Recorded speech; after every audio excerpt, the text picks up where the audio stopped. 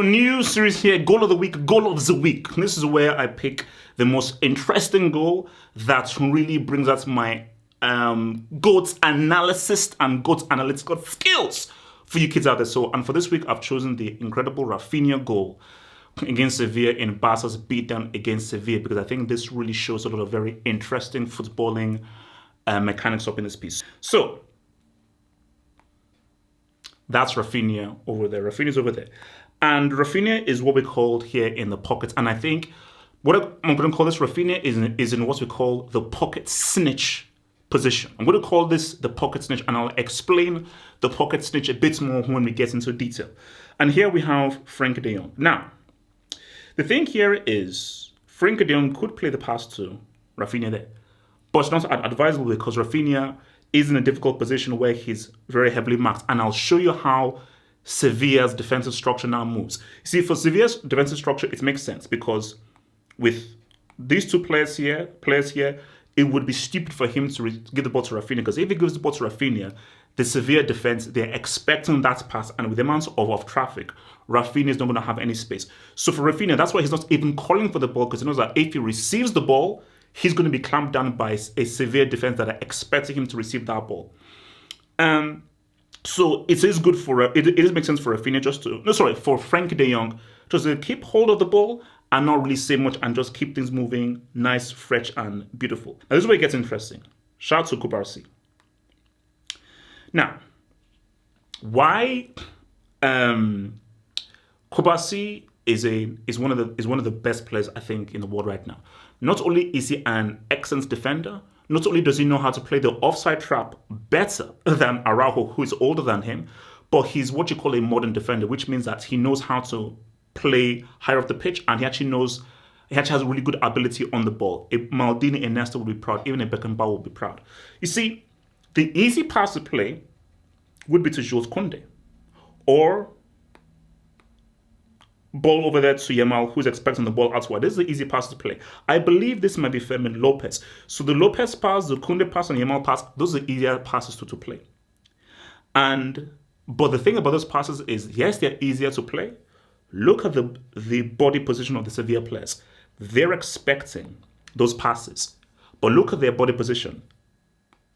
They're not aware of Raphinha.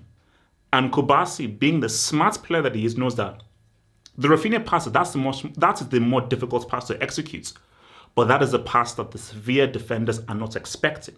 So even though it is a more difficult pass, it is a pass that he is willing to make, because he knows that, you know what, this is the pass that the Sevilla players will not execute. And that's what I call the pocket snitch pass. Because Raphinha is in the pocket snitch. And that pocket snitch is a very interesting place, because you always want to play in the pocket snitch, because you can do a lot in that pocket snitch in terms of a through ball, a shot, and one whatsoever. So he makes the pass to Raphinha. And look at the body position of the Sevilla players. They now know that, oh damn, we're screwed. Because they didn't expect that pass. And they were not aware that Raphinha was there. And Raphinha now knows that I have a split second to take advantage of the Sevilla players not expecting me to receive that pass from Kubarsi. But Raphinha now knows that I have to adopt someone. I know he may have kids, but I need to get a new kid. Look, adoption is good. So he needs at least one adoption to create just that yard of space in order to now execute his shot. And I'll tell you why his goal is so brilliant.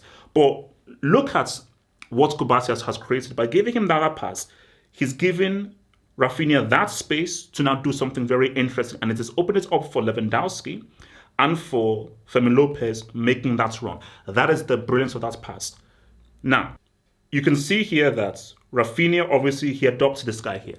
Now, Raphinha actually has two options. No, he really has two options. But he takes the harder third option. One option he has is he can give the ball to Lewandowski. That's your striker. That's your top goal scorer, and he's right there in the middle where he can turn and shoot. Another option, which I think might be the better option, is a through ball to Fermin Lopez. You can see Fermin Lopez making that run, and he can give that through ball to Fermin Lopez. But the brilliance of Raphinha is he decides, let me not take those two other choices. And this is similar to what Kubarsi did. The Sevilla players are expecting either a pass to Lewandowski or they're expecting a pass to Fermin Lopez. You can see this Sevilla player, he's trying to track the run of Fermin Lopez. And you can see this Sevilla defender. He is setting himself for either a pass to Lewandowski or a pass to Fermin Lopez. And this Sevilla player now knows that I'm just going to cover this run. So they're all expecting either a pass to Lewandowski or to Fermin Lopez. But Raphinha is like, I'm going to trick you guys and do something that you don't expect. And you have to realize what's difficult Raphinha did. You have to realize, so there are three things to realize. Line of vision, weaker foot, traffic. Look at the traffic. Sevilla player, both Sevilla players around him there. You have to realize line of vision. He can hardly see. That's where the goal is. And he manages to get that thing over to the bottom left-hand corner. And a key thing as well, Raphinha is left-footed. Now, most top players can use their other foot, but very few players are an Ousmane Dembele or a Neymar who they are two-footed. So for Raphinha to gain that much power, that much accuracy, that much more precision after the adoption and under so much traffic with such a lack of vision towards goal shows the absolute amazing brilliance of that. You have to combine him striking with his weaker foot as well as all of the guys that are around him and where he has very little time to set himself. Because this is completely instant. He doesn't have time to think, view himself. He has to just quickly receive the ball, control, adopts a severe defender, and is going to execute with his weaker foot.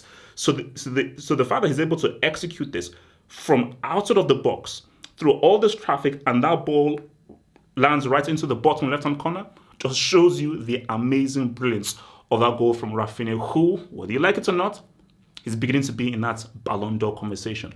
Pele who? Dinu who? Nazario who? Rivaldo what?